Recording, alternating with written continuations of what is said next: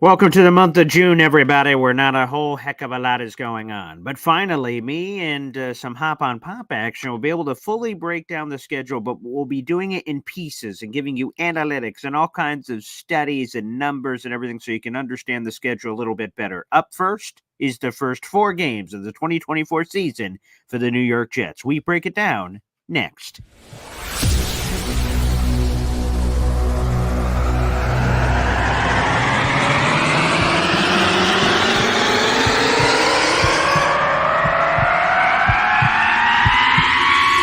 Zoinks! But it is unequivocally the Super Bowl for New York Jet fans. Field Yates, baby. Field Gosh darn Yates. Let's bring him on the show. Come on, people. Connor Rogers is joining the show. What's up, Connor? But Trevor Gosh darn Sycamore, baby, for me, personally, my favorite New York Jet of all time. Wow, it's great to be on. What an intro that was right there. Paul, nobody does an intro like you, man. Paul, you give the best intro of literally any podcast that I've ever been. I'm gonna lose my gosh darn bananas.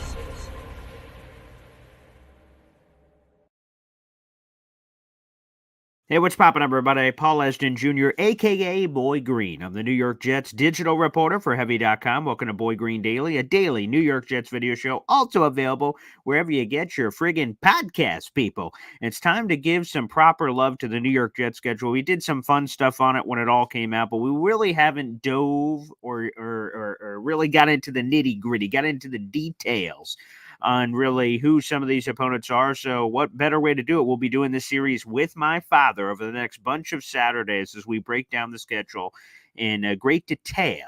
And eventually we'll do some predictions and more. With all that being said, let's bring him in, my father, here to kick off the month of June and kick off your Saturday. I will feed your guys' sick addiction to have my father's content here on the program. So let's bring him in. Esden Zone joins us. What's up, Pop? Hey now, can you smell that? That's the real beginning of the football season, not this, the league, the start of the league calendar, okay. OTAs. Everyone's calendar starts January 1st, so get over yourself. But no, you got the voluntary workouts, the excitement, the film, live time, so it's getting there, and it's very exciting. Yeah, I'm looking forward to all of it. We will have some more OTAs for all the teams in the NFL. Plus, everyone will wrap up their mandatory minicamp, which is normally like a 3-day exercise where participation is mandatory. And we'll see how many teams go through it. There was a bunch of teams that canceled their mandatory minicamps last year and just went to break early. So we'll see what happens then. Training camp, of course, takes place at the end of July. So we'll have a big gap of time here. But I'm really looking forward to this content here so we can fully kind of marinate here in the schedule. And again, for today's show, we'll be going through the first 4 games of the New York Jets schedule, which, by the way, are as follows. Week 1, Monday Night Football at the San Francisco 49ers to kick off the season. Week 2 will be a Sunday 1 o'clock game, also on the road against the Tennessee Titans on CBS. Week 3 will be the home opener on a short week against the New England Patriots. That'll be on Prime Video. And finally, one more 1 o'clock game for you guys in Week 4 at home against the Denver Broncos. We'll dive into all of those in detail, but let's get right to it with the opener. And I'll give you guys some data before me and my father go back and forth here. This is the hardest game on the Jets schedule, and they're getting it right off the get-go. It is against the best team in football, and I'll give you some data on that in a second. And they're on the Jets are on the road. I have the ESPN win-loss projections that are out. These are ESPN's analytical crew, and the 49ers are projected at 11-6 this season. That is the highest win total. That is tied with the Kansas City Chiefs, who are also projected for an 11-6 finish. The San Francisco 49ers have an 85.6% chance of making the Super Bowl, a near 70% chance to win their division or win the divisional round and all those other advancing of playoffs. They also have the best chance of making the Super Bowl at 25% odds. And also they have the highest percentage of winning the Super Bowl, which is 15.8% odds. So again, that's just a lot of data to tell you the 49ers are really good. They were just in the Super Bowl, and they've got a stacked roster that we'll be going through here momentarily. Yeah. So as we continue on, we start this week, and then it's really going to vet out how ridiculous the statements were, how unfairly the Jets were treated. Meh, meh, meh, Yeah. meh, meh. The most But experienced quarterback the Jets will face in the Mhm. first 4 weeks is Jacoby Brissett. Wrap your head around that. The quarterback with the most experience, right, who was, selling pencils on the corner, 4 months ago, is the most experienced quarterback this hungry and aggressive defense is going to face. Hmm. So, yeah, those that were whining about the schedule, I don't know what you're talking about. So, really, the quarterbacks that they're going to face, even if you expand it to the 5th week, which I'll just touch on briefly, the Sure, starting sure. quarterback week 5, you may know his name, Mm, Sam Darnold. So, sure. pathetic. So, I would tell you that, and I don't want to jump ahead too far, but I Mhm. would tell you, if you, as a Jets fan, with this start, with the weakest schedule for the first 5 weeks of the season, weakest strength of schedule for the first 5 weeks, I would tell you that where the rubber hits the road, they should be 4-0. But we'll get into that as we progress. Of course. Let's get a little bit into the depth chart, which, like I said, is magnificent for the San Francisco 49ers. Brock Purdy was a top 5 finalist for the MVP. Christian McCaffrey's the highest paid running back in football. There's a little iffy situation with Brendan Ayuk and trying to get his contract. There's Debo there. There's Juwan Jennings, who just signed his 2-year deal. He's kind of a versatile guy, can play a little quarterback too. George Kittle is one of the best tight ends in football. Kyle Juszczyk is the best fullback in football. And Trent Williams is arguably the best left tackle in football. So they've got a stacked roster. That's just their offense. Then on defense, they kind of shuffled a few pieces around. They added Leonard Floyd, who, of course, the story with Rodgers and Achilles, and he was the guy who tackled Rodgers when he was on the Buffalo Bills last year. So that's going to be a storyline. Plus Bosa. The one thing, though, is that Dre Greenlaw, who blew out his own Achilles, I'm pretty sure that was the injury, walking on the sideline of the Super Bowl, about to run into the game. He is unlikely, obviously, to be ready for week 1. And the same thing goes for Hufanga, who is their very talented, strong safety. He's another guy who had an injury. So he and Greenlaw, they may be a few cards short of a deck there when they play the Jets in week 1. So that's another benefit, is that potential. Yeah, I guess if you want to call it that from that standpoint. But the rest of the defense is pretty good. You have the best, a lot of really good talents of Fred Warner, Devondre Campbell, formerly of the Green Bay Packers, and so many others. So long story short, roster stacked. And they've been voted by several prominent news outlets as having the best roster in football. And when you take a gander through that depth chart, you can see why. Yeah, this will really, and this is super early, right? That Mhm. we're talking. This is the gut feel from, from looking forward, right?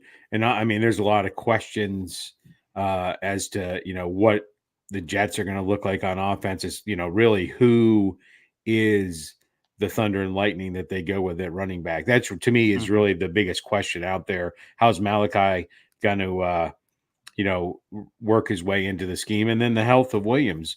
Is he actually going to be on the field? So Mhm. there's a lot of questions there. But I would tell you this one, to me, comes down to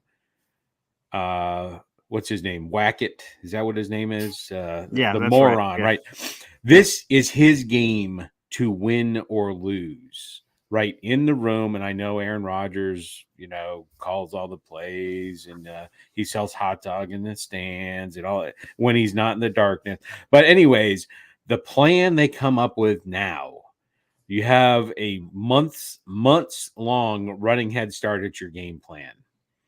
And so if the Jets get the ball, which I hope they don't, but if they get the ball to start the game, Wow, wouldn't and that be I something? want everybody on that's listening and will listen to this, Okay. if the Jets come out on the first series and go 3-and-out, we are in trouble for the Mm. season. Oh, wow. If Okay. you can spend how many ever months it is to opening day, 3 months plus change, 3 months in a week to opening day, Mm-hmm. and you in all of your work, every work should be on that script. Every design should be you come out and punch him in the mouth. And if we punt the ball, on a 3-and-out. Pathetic.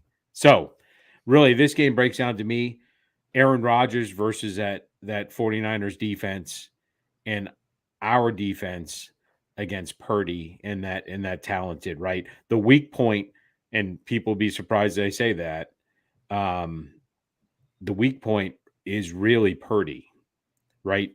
It's not, that his ability to get to the ball. And when you see when the defenses come ready to go after him, he does struggle at times. Yeah, we saw that in the Ravens Christmas game last year when they brought some aggressive stuff for Purdy. He struggled. So he's a talented guy. And the thing, so I say that this one, leading up to the schedule, which again we already know in full flower. Obviously, we're breaking it down. But one of the reasons I wanted the San Francisco 49ers right off the bat was, of course, you set the tone for your season. If you beat the 49ers, who are, again, the hardest opponent on your schedule, you set the tone for the rest of what's happening. I think, to me, that's really encouraging. I think there's a lot of intriguing reasons to get that West Coast road trip out of the way immediately. It's not in week 7 where you're coming off this or coming off that. So that kind of mitigates it a little bit because you could show up early because you have 2 weeks between the final preseason game and the regular season start, plus the extra time because you're playing on Monday Night Football too. So there's a lot of extra time there. Now, the negative, of course, with having the 49ers right off the top rope is that Kyle Shanahan knows Robert Saleh like the back of his hand. He knows Jeff Ulbrich like the back of his hand. So the thing is that he will have months to prepare creative offensive philosophies, and he's able to create a lot of space with his receivers and tight ends and running backs and everything to make Brock Purdy's job very easy of getting first and second reads open immediately. So the Jets might have some issues there with the Kyle Shanahan. So you're going to have to throw some creative stuff defensively, maybe even do some stuff you normally don't do to try to combat against one of the best offensive play callers of the NFL, which a lot of people would say crown Kyle Shanahan and put him in that category. So that's going to be a lot of it as well. Yeah. So that, to me, the margin of difference, we are at a disadvantage when our offensive coordinator versus their offense coordinator, right? If you broke down, if I broke down, position by position, we're not going to go through them all, right? We win the quarterback position, make some people upset. We lose the running back position. I will tell you today, the wide receiver position hopefully is a wash, right?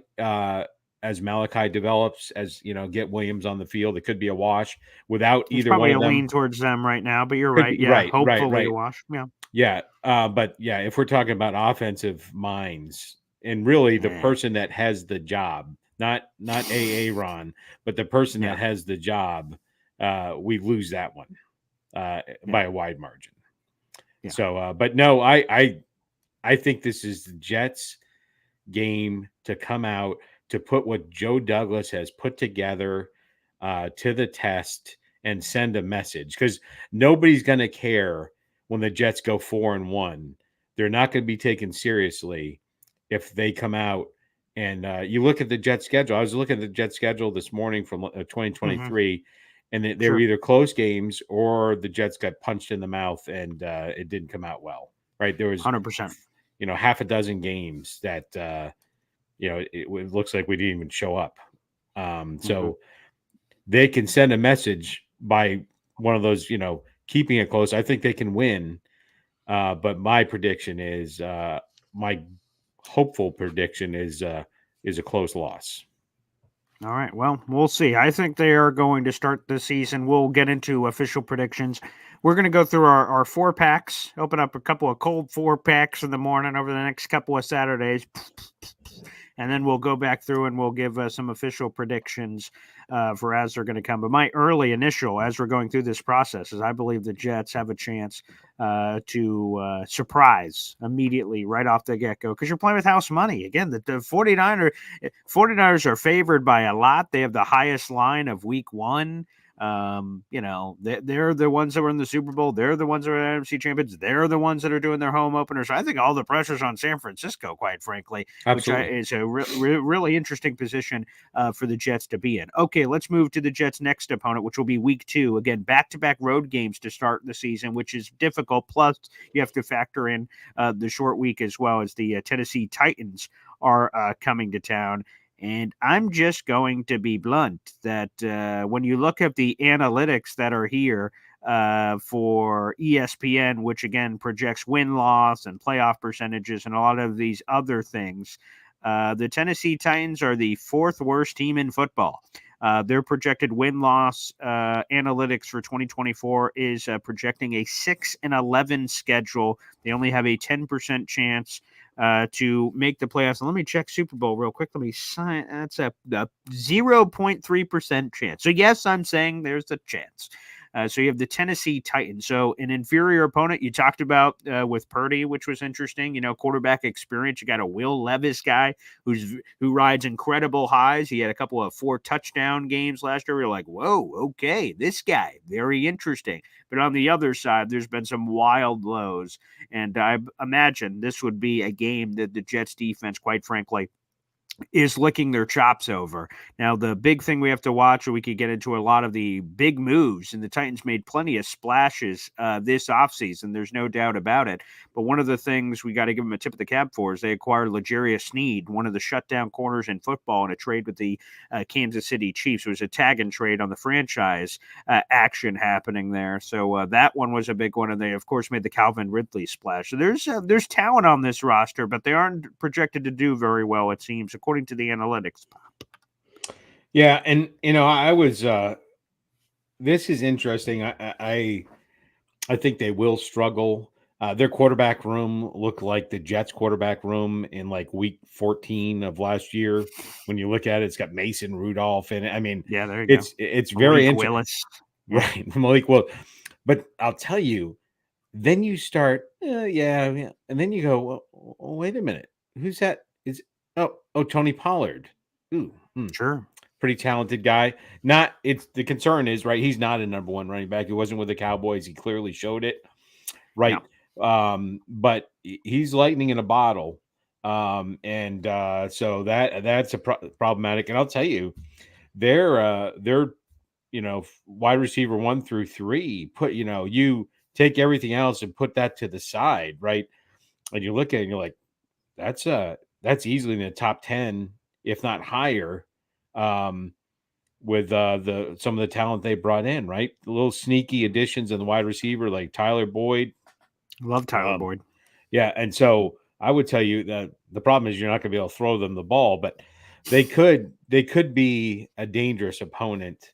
Will Levis just got a long way to develop. I think the Jets win this going away with their defense. Really, their defense against Will Levis is what this comes down to for me. But don't be surprised, right? DeAndre Hopkins, he's got gas left in that tank, right? He poked around. He wanted to go somewhere else. He's not. But he's going to play Tyler Boyd. And then they got Calvin Ridley. So they've got, that wide receiver room has got some fire. So, but yes, Jets win this one. No real issues there. And not to even to mention, right, the head coaching change.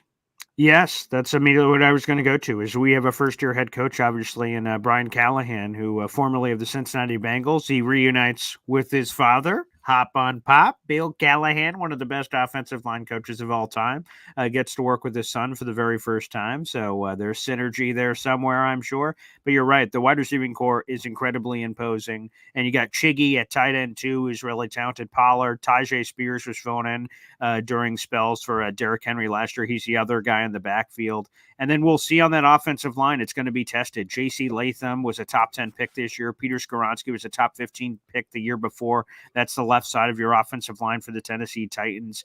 And they also added a ton of talent. Now, Jeffrey Simmons is one of the most underrated defensive players in football. They also have Harold Landry III, who's really talented himself. So there's a couple of guys in there, and another former Cowboy, Chidobe Awuzie, there at corner. They've got a lot. I like Elijah Molden too. He's a young player. We talked about L'Jarius Sneed. Nick Folk Hero, former Jets kicker legend, is also kicking for the Tennessee Titans. So there's selective talent here. But again, first-year head coach in his second week of the season. I'll be kind of curious to see. Again, it's going to be hard when you compare coaches to our coaches to see what the advantages could potentially be outside of defensive stuff with Jeff Ulbrich, who's obviously more than proved himself as a defensive coordinator. That's some of the stuff. So there's a lot of talent on this team, but yeah, I feel like this is going to be. This is if the schedule makers were going to do anything for the Jets coming off of a incredibly difficult week 1 at San Francisco, and they're going to give them another road game. Boy, this would be one of the ones up there. At Arizona is another one the Jets have later in the season. Boy, either one of those would have been very delectable. And even this one more so because Tennessee doesn't have a quote-unquote Kyler Murray at quarterback. So this matchup I feel, quite frankly, really good about. There's a lot of changes here, but they do have sneaky talent. So, again, we just got to keep an eye out for that. But this should be a team. This isn't the Jets in 2008 going into Tennessee to play a 10-0 Tennessee Titans team with CJ2K, Lendale White, making some of those kind of references. Getting who was that? Kerry Collins back then. You know what I'm talking about? So, like, we're not getting some of that action here. It seems like for week 2 of the Tennessee Titans. All right, let's go to the home opener. And I know a lot of Jet fans were pissed off about this because they don't want the home opener on a Thursday or what have you. But I think the NFL schedule makers did another solid here for the Jets. First off, your home opener being a ritual animal sacrifice of the New England Patriots after everything they've put you through. And speaking of those analytics I brought up earlier, the New England Patriots are projected for the worst record in all of football, according to this. They're projected to be 5-12, which technically is tied with a couple of these other teams like Panthers and Broncos, but like they're decimal points. So Patriots are projected for 4.9 wins. Everyone else is 5.4, 5.8, or much higher. And they're also projected for the number 1 pick in the 2025 NFL draft. Their percentage to make the playoffs is 1.6%. And they have a 0% chance to make the Super Bowl or win it. I have never seen that before in these analytics where it's just 0. There is no chance. And that's where the New England Patriots reside. And, of course, they have their first-year head coach in Gerard Mayo. This roster is a disaster when you look at this team. They have Jacoby Brissett, who's the veteran, proven guy. You got Drake May as a rookie, if he's even playing at that point. They just lack offensive talent. Kendrick Bourne, Demario Douglas, Jalen Polk, Javon Baker, Juju Smith-Schuster, KJ Osborne. I mean, the wide receivers lack much to be desired. A tip of the cap to Hunter Henry, who's been a very solid tight end in the league, but their offensive line is a mess too. They got Chuka Okafor, who's the former Steeler guy. Maybe he's going to be playing left tackle for him. Maybe someone else is going to flip over there. There's a lot of questions on that side of the ball. And then they have a ton of talent.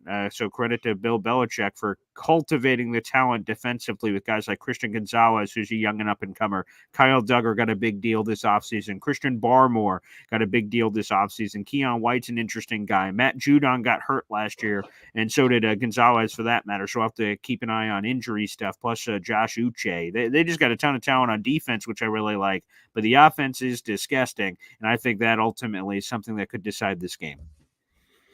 Yeah, I'm with you. I actually did some on the street reporting. Okay. Wow. Today, and I took the running backs and wide receiver names, Mm-hmm. and I went and asked a dozen or so people. Sure. And when I said, "Could you tell me this person's name?" And it was Ramonde Stevenson. I may be saying his name wrong. And I asked Ramondre, and I asked him if he was running for president, if he played for the Boston Red Sox, or he was the number 1 wide receiver for the New England Patriots. Yeah, he's a running back, but yeah. Yes, yeah, they're number 1 running back. Sorry, so yes, this team is a load full of nobodies. I will say this: it's embarrassing.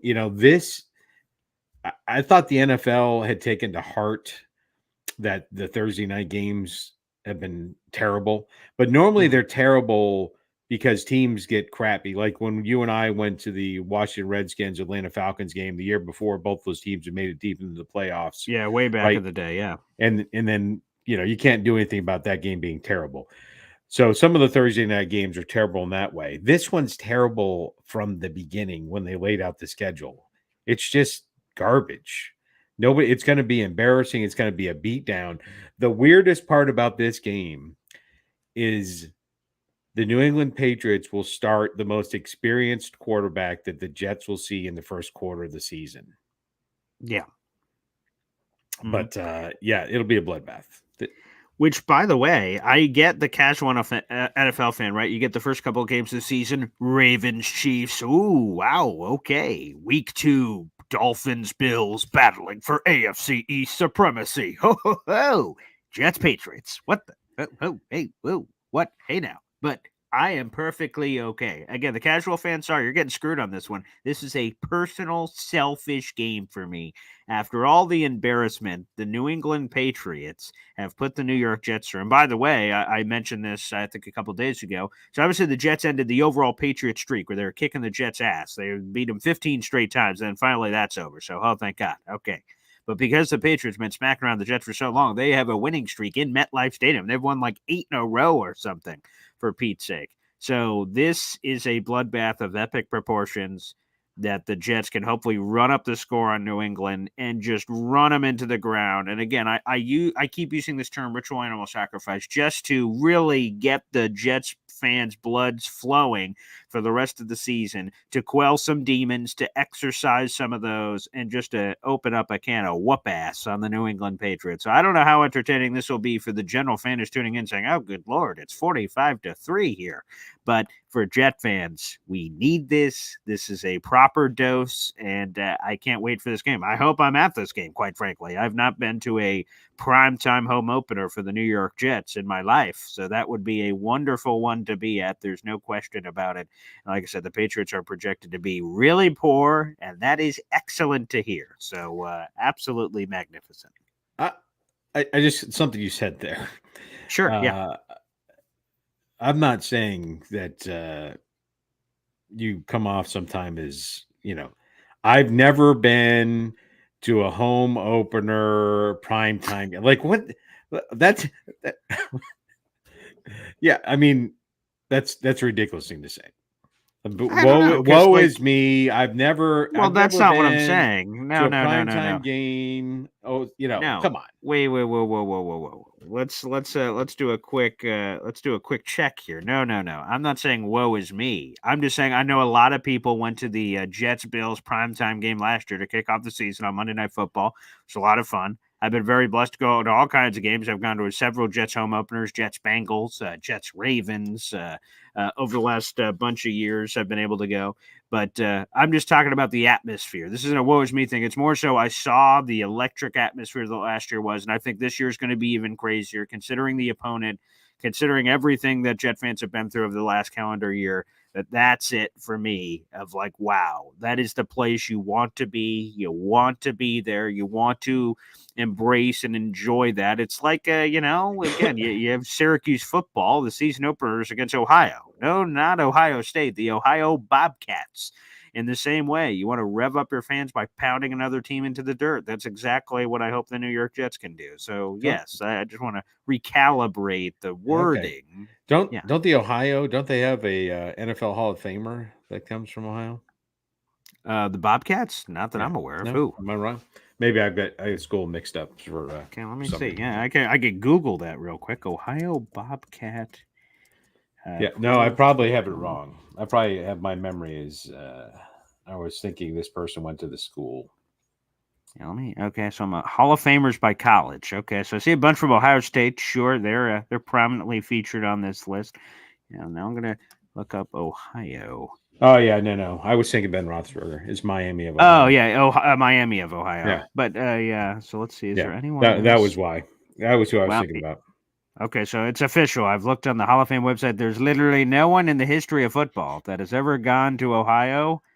The Bobcats went to the Hall of Fame, but that's okay. That's all right. So no one from there. But yeah, and Big Ben is not in there yet. Do you think he's first ballot? Yeah, He's he's a got the 2 weird. Super Bowls. Yeah, he's He's got in a 2 bunch of the Super passing Bowls, at least categories. one he shouldn't have, I mean, it's, yeah, I mean, he's going in. Is he a first ballot? Yeah, Yeah. him in the Hall of Fame is, to me, is very Eli Manning. Like, it's like, yeah, it's gonna He's happen, coming but up. Well, it's gonna happen. But is that really? Does anybody think that they're in the top? If you ranked every quarterback in the Hall of Fame, Ben and Eli, right? Forget Super Bowls. okay. But Ben and Eli are going to be towards the bottom. They're both making in, and the Hall of I Fame think jackets so. aren't Yeah. different shades of color Not that I'm for aware of. the people that just squeak in. But yeah, they'll make it. But yeah. Eli Manning used to throw the ball. Every time he threw the ball down the field, he'd turn his head and close his eyes. Go back and look at the tape, right? So I don't know. Ben I Roethlisberger had a higher scoring percentage in the high school bathroom. So, anyways, I knew you were gonna go there. That you're sick. I will also say, by the way, for Eli Manning, this is normally the big criticism against him. So sure, the 2 Super Bowls. He was the. I also didn't remember that he was the Super Bowl MVP in both of those games. So that's good to know. He's in the Giants Ring of Honor, all that crap. But he had never been. This is a wild thing that I'm about to say, but I'm sure some people know it. His career was from 2004 to 2019. During that entire time, he was never named an All-Pro once. Not first team, not second team, never. Four Pro Bowls, yippity doo dah, but never an All-Pro, which is what most people say because, like, when you think about the Hall of Fame, beyond the Super Bowls and stuff like that, were you the best at your position at some point during your career, or like among the best? And I can tell you with great confidence that at no point in the career was I was like, yeah, you go Brady, Peyton, Eli. Like he was never in that conversation, which is again what a lot of yeah, people I would don't think push he back was. against. I don't think he was ever the best quarterback in his division. Ooh, hey now. Oh, you're a No, Donovan McNabb for any guy. given Nice. year. No, for any given year, I'm not. It's just the truth. Let me see. So, what is that year span, real quick? So that is 2004 to 2019. So that would be guys like Tony Romo, Donovan McNabb, Mike Vick in his Eagles days. Okay, yeah, there's a lot of Yeah, see what I'm iterations. saying? I mean, think about it, right? Yeah, I guess that's true. So there you go. There's some fun stat. But speaking of woe is me, the opposite, the pelvic thrust. Hey, you losers who have never done this. Pro Football Hall of Fame. I was just reminiscing on it the other day because I reshared a clip on Twitter from the Hall of Fame game, and I was like, man, that's one of the coolest experiences of my life. So if you guys can go to the Hall of Fame, maybe you won't get to do the full experience I did with like getting to cover the game and speaking to Sal after and stuff like that. But like, just the Hall of Fame experience itself, it's hard to take it in all in one trip, to be honest with you. I only got to go into the Hall of Fame to like look at the bust and stuff once. And for whatever length of time we did, but it still wasn't enough. But the Hall of Fame, people, if you Canton, Ohio, baby, if you've never been there, what a surreal, amazing, freaking so cool experience. As a longtime historian fan of the game, that was one of the coolest things of all time. So again, it's been on my bucket list for a long time up until last year, and booyah, you guys gotta go. Can you imagine? Yeah. There's some, the ESPY awards or whatever, Sure. and you scan the audience, and you're like, Uh-huh. you get seated. For anybody that's been to the Pro Bowl, a quarterback sit over here. If you've been through, 4 Pro Bowls or less, sit over here. And oh, look, is that Eli Manning sitting next to Tyler Huntley over there? Wow. So, anyways, by the way, how many yards career passing do you think Tyler Huntley has? Who's made it to the Pro? Oh God, that's gotta be 4,000 maybe. Cut that in half. Oof, Cutting that in wow. half. And I thought And I how went many under. how many yards passing do you think he had the year he went to the Pro Bowl? Like 800 maybe. Yeah, it was 658. Wow. Yeah, that for me as a guy who has long been a defender of the Pro Bowl, like we go on the radio, I'm like, the Pro Bowl, baby. Yeah. I just once that happened, I really had no more legs to stand on. And now it's this weird like 7-on-7 flag football game. It's not really it's dead as far as everything's Yeah, concerned. and I don't really know when that happened, because you go back 15 years ago, people were cracking helmets, Yeah, were go they? back to Sean Taylor, That's right. Yeah. So, anyways, Yeah, we'll get to the last game here in this 4-pack. Again, we'll be doing this over the next bunch of Saturdays. So if you want some appointment viewing as we go through the schedule, give you guys some analytics, some numbers, some of the things on these opponents. Plus, at the very end, once we go through this full process, we'll give you an official schedule prediction. I feel like we'll be more informed at that point to give a proper analysis of the schedule and how we believe the New York Jets are going to do. And we round it out with Week 4, a game that Aaron Rodgers had circled last year, which was Week 5, and this year it's Week 4. The Jets just continue to play the Broncos every year. This time it'll be the lovely confines of MetLife Stadium. Nice 1:00 game. Aaron Rodgers, Sean Payton, and all that jazz. And I mentioned the teams that are projected to not do very well this season. The Denver Broncos are tied with all those other teams for a projected finish of 6-11. So I guess they're a little higher than the others that are there, which were 5-12 and 5-12. So they're just above that group, I guess, at 6-11.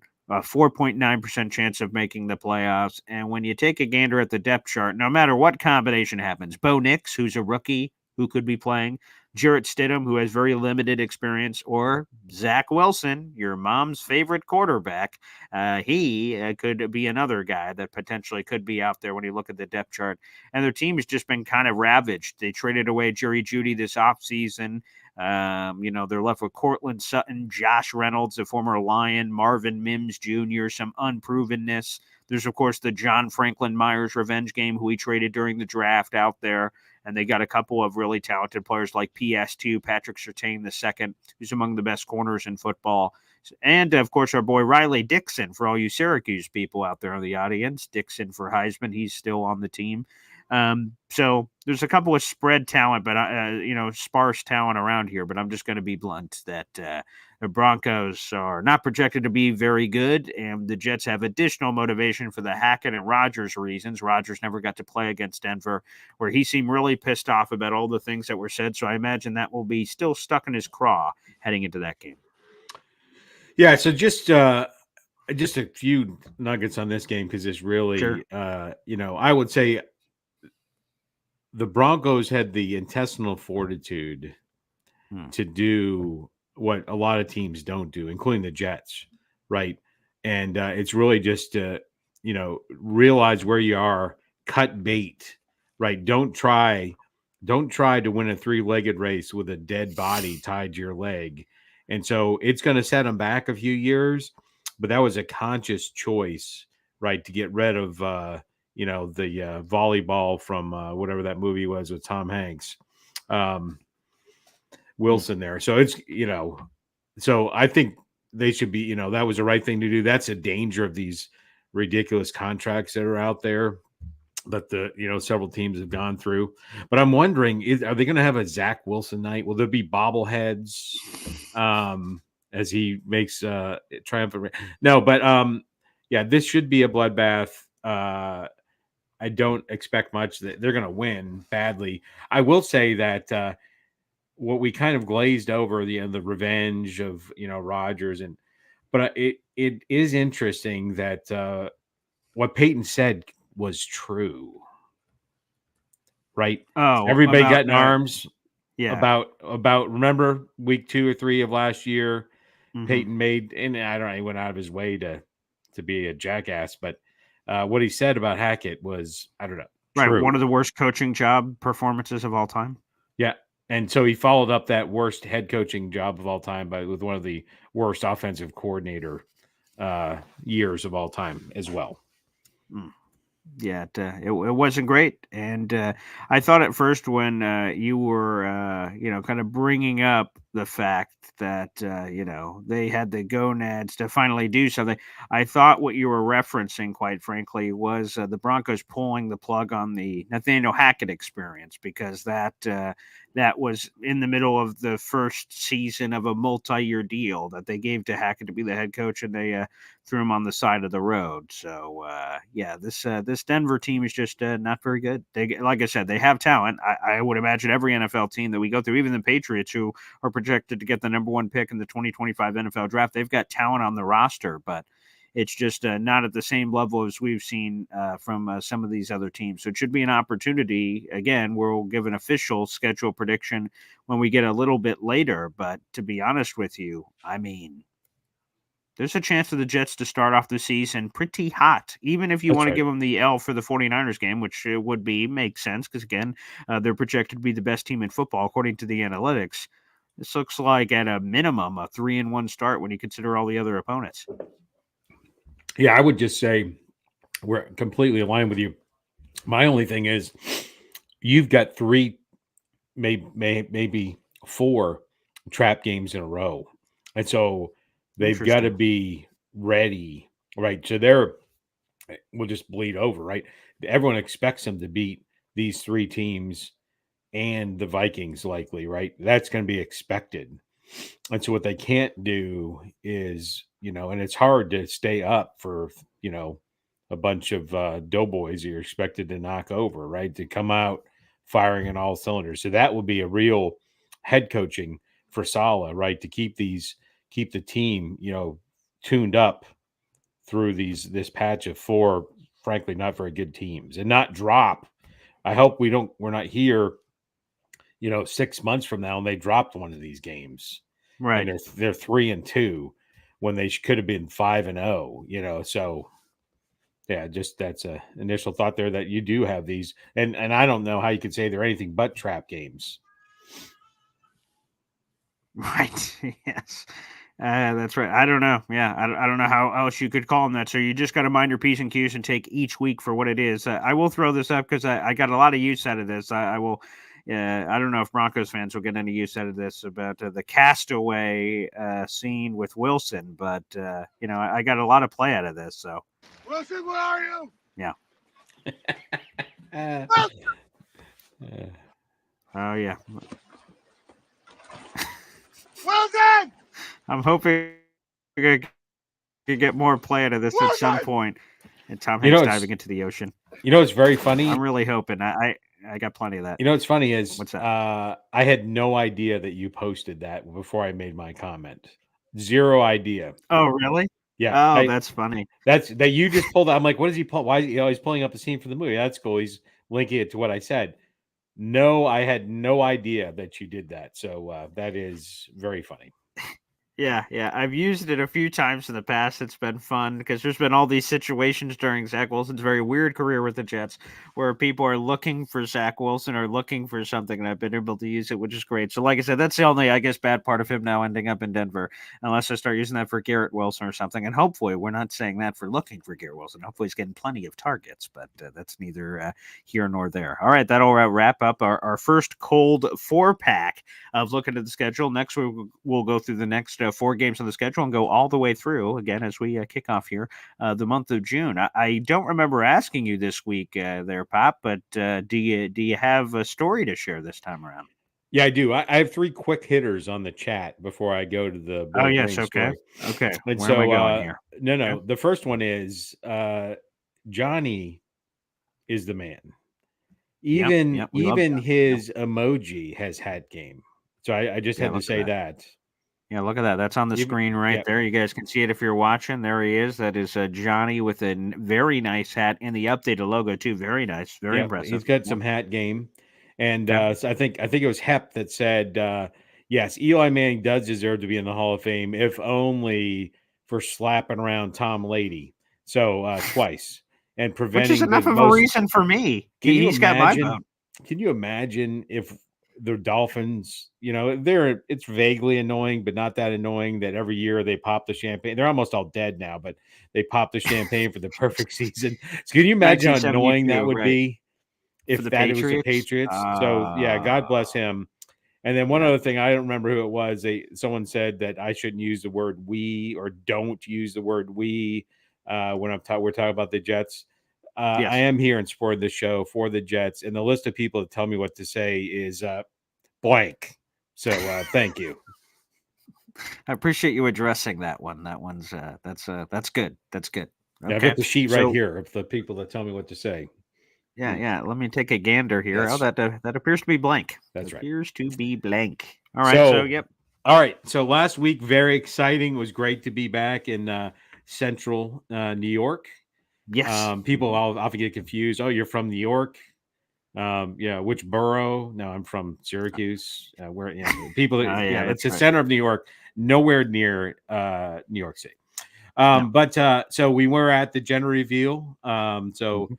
amazing that you've been able to, early in life, I was worried about if you're able to gird your loins enough, but apparently you have been able to produce one phenomenal granddaughter for me, Mhm. Zariah Luna, and now you've been able to apparently no one thought it was possible pull it off again, and we're gonna have a boy. So that was great, great gender reveal, great seeing everybody. It was an amazing time.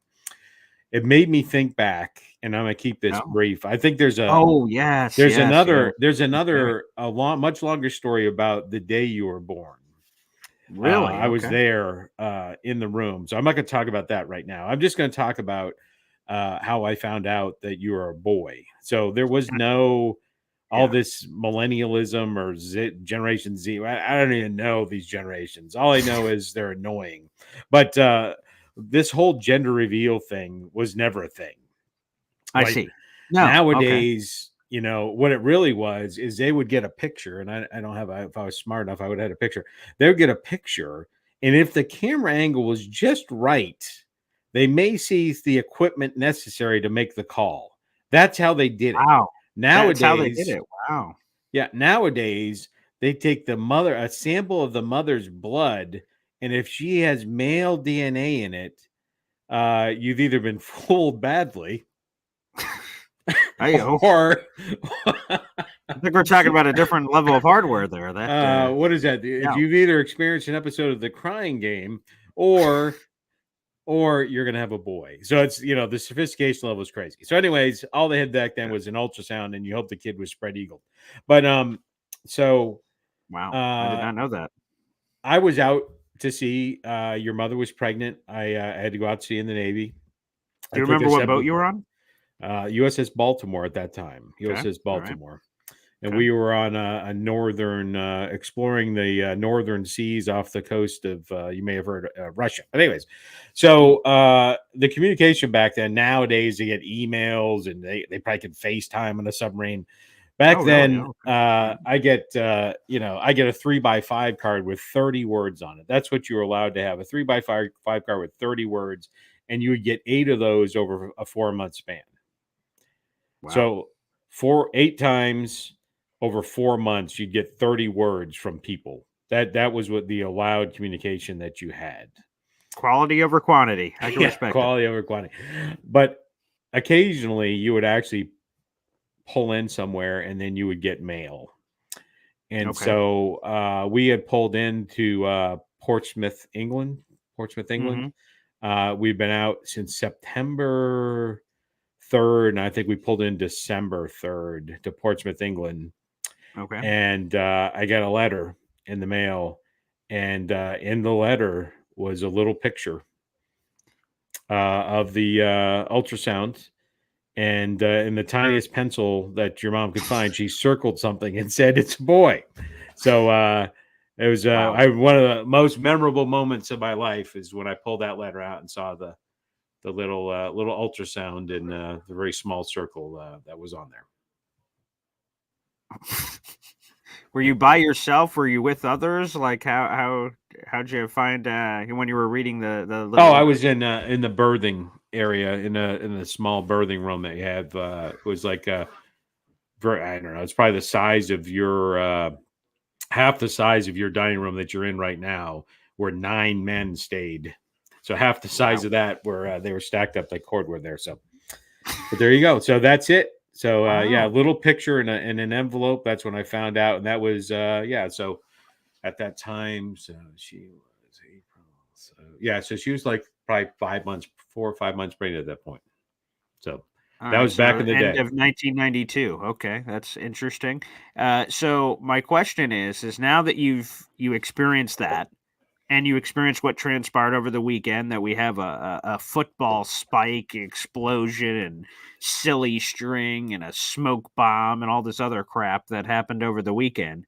is there some part of you that wishes we had the original method back then, or can you appreciate the stuff that's happening now for some of this crazy gender reveal stuff? Yeah, I'm not sure. And this is nothing to do, just for clarity. This is nothing to because this is what happens nowadays. Yeah. It's cool, but I think it's better now that you have the ability to know because you make decisions, right? Oh, I guess that's true. I didn't think about that. Yeah, it right. is odd. It is odd in today's society where we're gender fluid that the gender reveals are actually still a thing. That's very odd dichotomy there for me. Well, for now, it's a boy. We'll give it a few years and see what happens.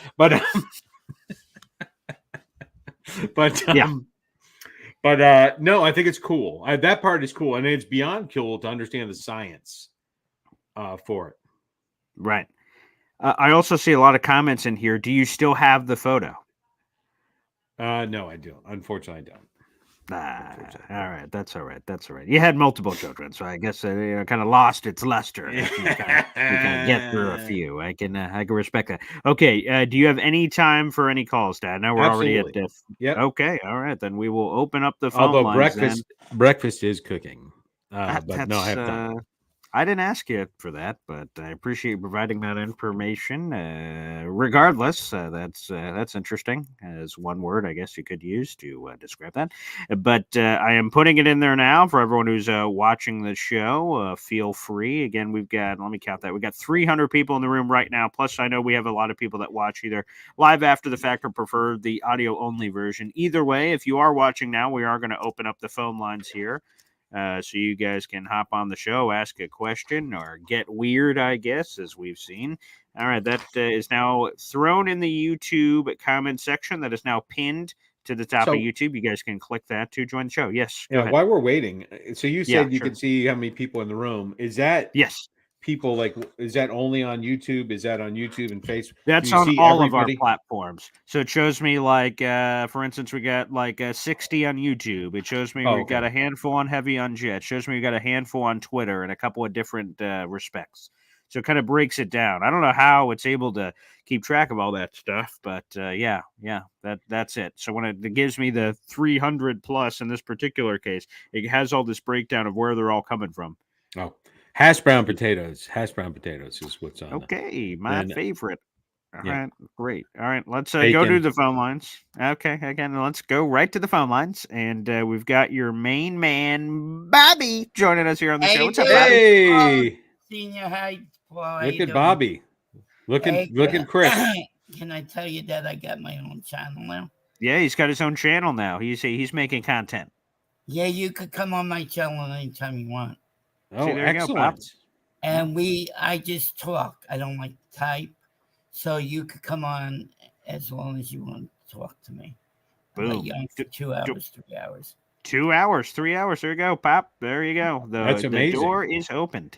Yeah, and Paul, too. You could come on, too. You haven't come on yet. Yeah, that's true. Yeah, again, the thing that I just need to... You've been busy. Well, that's true. But the thing I need that will help me out better, Bobby, is a specific time. Like I said, for Boy Green Daily, every day at 7:30. So okay. Oh, I know. And you kind of float. Which there's nothing wrong with that. There's nothing wrong with that, of course. People can float. You can float whatever the hell you want to float. Upstream, downstream, middle of the river. That's fine with me. But, with your floating, we're just floating at different paces. You know what I mean? So you're floating there and available, and I'm sleeping or something. So so we gotta work on our float schedule. And if we're both aligned, then of course I'd love to hop on the show. But I know you don't come on a certain time. So I usually go on after Jake's show. Okay, well, there you go. Hey, I don't want to Bobby, have you got your merchandise out there yet? I know Boy Green's asleep at the stick. No, not yet. No, I've been very slow in that regard. I really need to get on that. No, I'm not monetized. Slow would mean you're moving forward. I'm not monetized yet. So. Yeah. No. He means getting some merch, like a shirt or Bobby hats or Bobby scarf. Perhaps. Wait, look what Gaeta got me. You didn't. Oh, what did he get you? You saw the hat, didn't you? Oh yeah, which one? Which one did he get you? Oh, I'm Boom. Bobby. Look at that. Yeah, you got to start selling that merch, Bobby. I think that could be a hot ticket item. Yeah, so. I'll ask Gator how to do it. Do you know? Yeah, how to yeah, do it? please do. He's Yeah. challenging Bobby on the hat game right now. I mean, on Johnny on the hat game. Oh, yeah, he sure is. I like that. So, do you guys ever see Roseanne Sure, yeah. when they had the little what's the son's name? I don't know. That's deeper than my knowledge of Roseanne. Well, when he was born, name. they show Yeah. when he was born, and Okay. then what's his name? Dan says, "Oh, you got 10 toes and number one. Yeah, we got a son." Remember that? Yeah, that was Yeah. good. Okay. So, how Yes, you yes, doing, Paul Senior? Good. I'm doing excellent. Thank you. Thank you. Looks like you're doing great. Thank you. Congratulations for being grandpa the second time. Yeah, absolutely. Thank you. Yeah, it's actually the 6th time. The second sixth time time? from. Yeah, I Yeah, have only 4 two with I'm my son. responsible for. Only 2 I'm responsible for. I just want to Oh. clear that up. Yeah, you have a brother and a sister, right? Yeah, a couple of brothers and Oh, couple of sisters. brothers and sisters. Yeah. Wow, you got Actually, a big family. I was gonna ask you off air, but I'll talk about it on there. There is an opportunity 2 weeks from tomorrow Okay. to bring your oldest brother in to Ooh. meet on the show. Oh, that'd be great. Yeah, let's do it. And then the people can meet one of the Esden kin. Is that the one who used to beat him up all the time? No. Nicholas is the one that sometimes would calibrate Boy he Green was in when the needed. army, right? Or something. He was in the Marines. Yeah, Brody is his oldest brother. Yeah, I've When got does some he stories with Brody. I'll probably share one of those. Like I accidentally hit him in the face with a hockey stick once. That's not good. He was supposed to be holding something for me to chop, and he had his face right behind where I was whacking it. Smacked him right in the face. And Where does Brody live? South Carolina. Yeah, Oh, he's that's nice. he's my oldest brother, and yeah, there's a couple other ones. Him and a like a treehouse club. Oof, that is. Oh a yeah, we story. should tell. I'll definitely tell the Hasta La Vista baby story, but that's for another time. Yeah, we that's got a another classic. story from Pops. Oh, Pops is gonna tell another story about. Actually, I'll tell it in 2 weeks when he is on the show. Oh, okay, that's that's gonna be good. great. All right, That would be thanks for the cool. call, Bobby. Oh yeah, I'll talk to you later. Okay, Bobby's the best. Oh my God, yeah. There's so much material there, people. You have no idea of my oldest brother. Hasta la vista, baby. That's a good one. We'll have to wait. All good things come to those who wait. All right, let's keep it rolling here. Got plenty of callers here. Let's go to our boy Hep here on the show. What's up, Hep? Hey guys, congratulations on the masculine child. A couple of questions. Is he going to be Paul the Third? That's correct. Yes. Oh, that's great. Mine goes back to the 16th century. John Hepburn is crazy.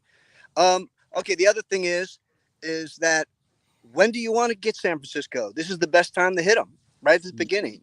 Yeah, I agree. Right? I mean, we got all this time, like your dad was saying, and let's go. We have to really test ourselves against the powers that are in the NFL. The other thing is, I got excited about this running back, Allen, number 0. And it got me looking at these old John Riggins tapes. And I was like, oh, man, that guy could run. Anyway, I'm looking forward to the season. I'll see you guys.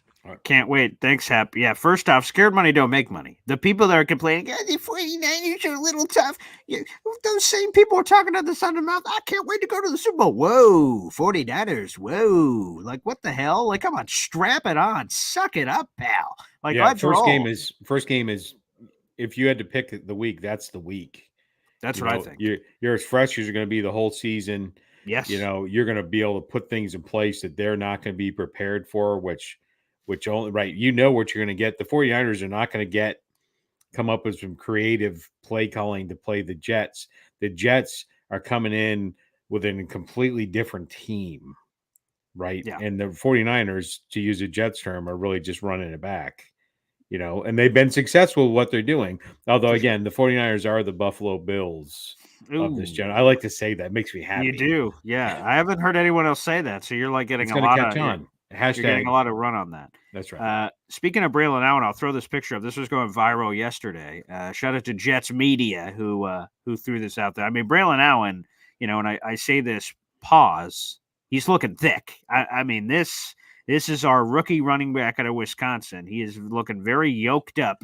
He's got the Agent Zero. He's got the dark visor. He's looking stacked here. So, and he, according to all the insiders, he's looking like the clear RB2 for the Jets behind Breece Hall. And I reminded people that it reminded me of LaRon Landry. Remember, the Jets safety was addicted to the gym, for God's sakes, and apparently whatever this protein powder is, it gave me some LaRon Landry vibes. Being this yoked up. So, Braylon Allen, stock up. It appears at Jets OTA. So, and he is the thunder that we needed. So, it'll be very exciting to see him play. It's weird that you have all these pictures of men at your fingertips. But we just move on. social media. Not that there's anything wrong with that. Thank you, Seinfeld, for that. Not that there's anything wrong with it. No. But it's good to clarify. That's a good episode of Seinfeld. By the way, I'm rewatching it. I'm halfway through Seinfeld. Very good. All right, anywho, let's go to our next caller here. Someone else on the move out in the wilderness. NY Jets FL joins us here on the show. What's up, buddy? Good morning, gentlemen. Landry's bicep is as big as my calf. Let me tell you that, man. That guy is stacked up on something. I won't even say what it is. Let me say this, Paul Sr., about your son. I think you instilled quite a few positive things in him. Number one is musically, because as an older father, I'm 58, my daughter's 16. Some of her favorite bands are Foreigner, Chicago, Journey. I mean, I can name a bunch of them. A lot of his music. Well, I wouldn't be too worried about, the kind of kid growing up with Paul. Paul's got some instilled values and about what's really good. He's not, also he's an entrepreneur on top of it, so that he's a go-getter, he's a hustler, and he's a risk taker in a good way. He took a risk on himself, and he's reaping the rewards of the YouTube and the radio show. So kudos to you, Paul Sr. On top of I wouldn't be worried about Paul's kids right now at this point. I know the world is a tough place, but you got to instill those values in them, and then they're off to where they go, and things happen and they happen. That's how it is. So I appreciate it. Thanks, pal. I appreciate it. Thank you. The reason why he brings that up, by the way, because Johnny, who you love, you like Johnny, do you not? Yeah. Okay. Well, Johnny came on the show, and he was like, he's this big country fan, apparently, on top of some of his hip hop stuff. And I told him that, country for me, every time I happen to have the unfortunate displeasure of getting a gander, it's about banjos and deers and red Solo cups and sleeping with your sister. So I was like, that's not really my vibe. And I told people that the music I listen to anything but country. So like, I mean, my main squeeze is normally classic rock. I'm a hair metal guy, so that's a lot of the stuff that I'm vibing with. But there's stuff beyond that. I'll go from weird ass robot dubstep music to this, that, and the other. But country is the one area that I'm like, not so sure. So that got into a great debate earlier this week on music. But Johnny Boy said I should certainly try it. Get away from the radio country stuff. He said there's other stuff with deep lyrics and all these other things. So I also told the people I'm a product of my environment. I don't remember you listen to some country twang very often in the old car when we're driving down the highway. That's true. Yeah. Classic rock, that's where it's at. Okay, and final caller here. He'll wrap us up here on the show. It's our boy, Ricky New York, our tatted brother from another mother. What's up, pal? Hey, how you doing, Paul? Both Pauls. How you guys doing today? Doing great. Great. I don't know if you're going to be able to see the writing on this or not. Okay. I can't. Yeah. Give it a little bit to your left. Yeah, there we go. Okay. I see a special shout out to Ricky. Yeah, I'm getting like a glare. If you're going through hell, don't stop. Oh, there you go. I love that. What a great line from Curtis Martin, Pro Football Hall of Famer, baby. You know that was my favorite quote of his that I ever heard him say. And then later I found out that it was actually Winston Churchill that said it, not him, but still a great quote nonetheless. Yeah. And, read it as a quote from him in like the old Jets Confidential newspaper that we used to get. Like Yes, in the Dan 90s. Leberfield. My dad used to subscribe me to that. Yeah, Yeah, so that's kind of how that came about. But when I met him and we had a conversation, like I was fortunate enough to have like a very considering the we were in the autograph session, I actually got a very generous amount of time with him and had a really surreal conversation that had nothing to do with football at all, that was very unexpected but also very life-changing. And what an awesome guy he is. Well, I will just tell you, Ricky, that's super cool because I've been in a lot of those situations where I've been either working with someone, like I'm behind the scenes with the athlete that's signing autograph stuff, and they're herding sheep. They don't give a flying hoot. They're barely talking to people. They're just signing stuff, move on, move people through the line. So it's so cool that Curtis Martin took the time and had such an impact on you. I mean, I kind of orchestrated it. I had the guy behind me in line, holding the line up for me, and I got him some extra autographs from the guys that he wanted. Nice. But he did a marvelous job holding the line up. Like they literally had to Good get on him wingman. at each guy and move him Nice. move him down the line. But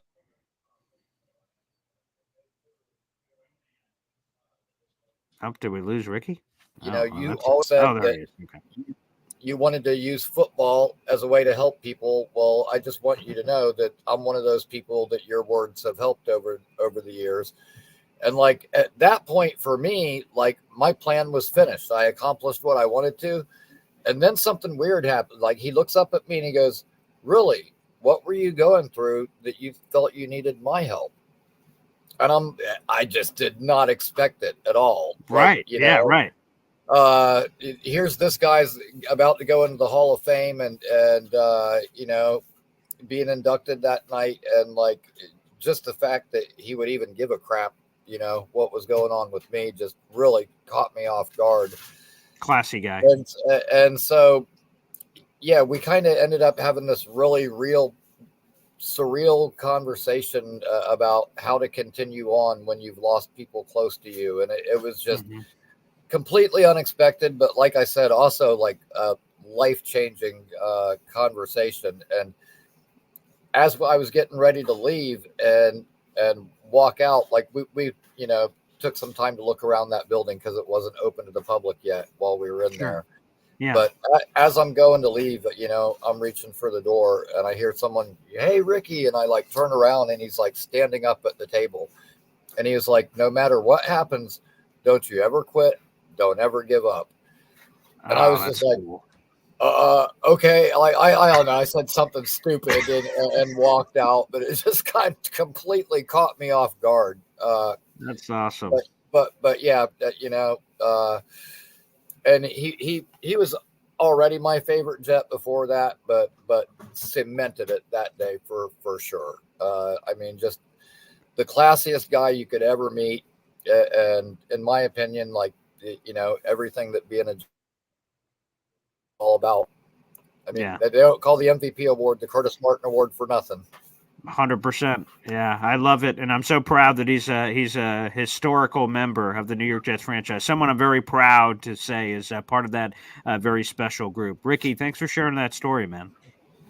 No problem, Paul. You guys have a great day. All right, you too. There he is, Ricky. Wow, that's a powerful story and really, really cool because, like I said, I've worked with a lot of athletes that don't take that kind of time, effort, and energy and love for the people. So appreciate that. That was a super cool story by Ricky, and shout out to Ricky and that cool autograph. He has that story forever and to take him through those tough times. That's really cool.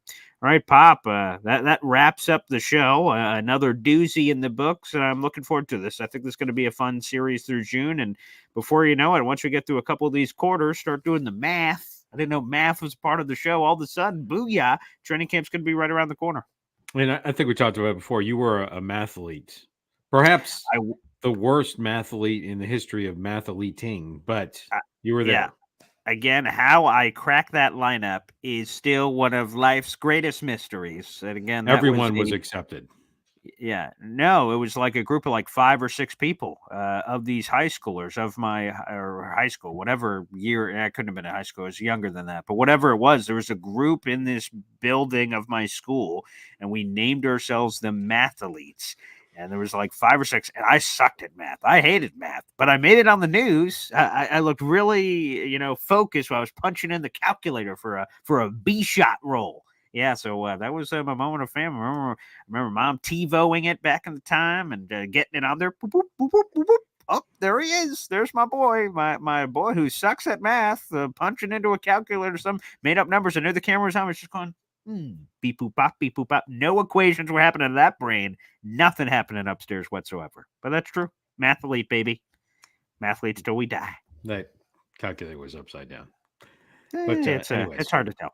Anywho. Well, all right, that'll wrap up the program. Thanks, everybody, to the 350 people that are here live. Like the video, hit subscribe at youtube.com/BoyGreen25. We're live every single day at 7:30 a.m. Eastern Time for Boy Green Daily, plus some other shows and things throughout the week. Hit the bell notification so you never miss a video on YouTube. Thanks, everybody, for tuning in. We'll see you tomorrow morning for Boy Green Daily right here on the channel. Take care, everybody. God bless. We'll see you.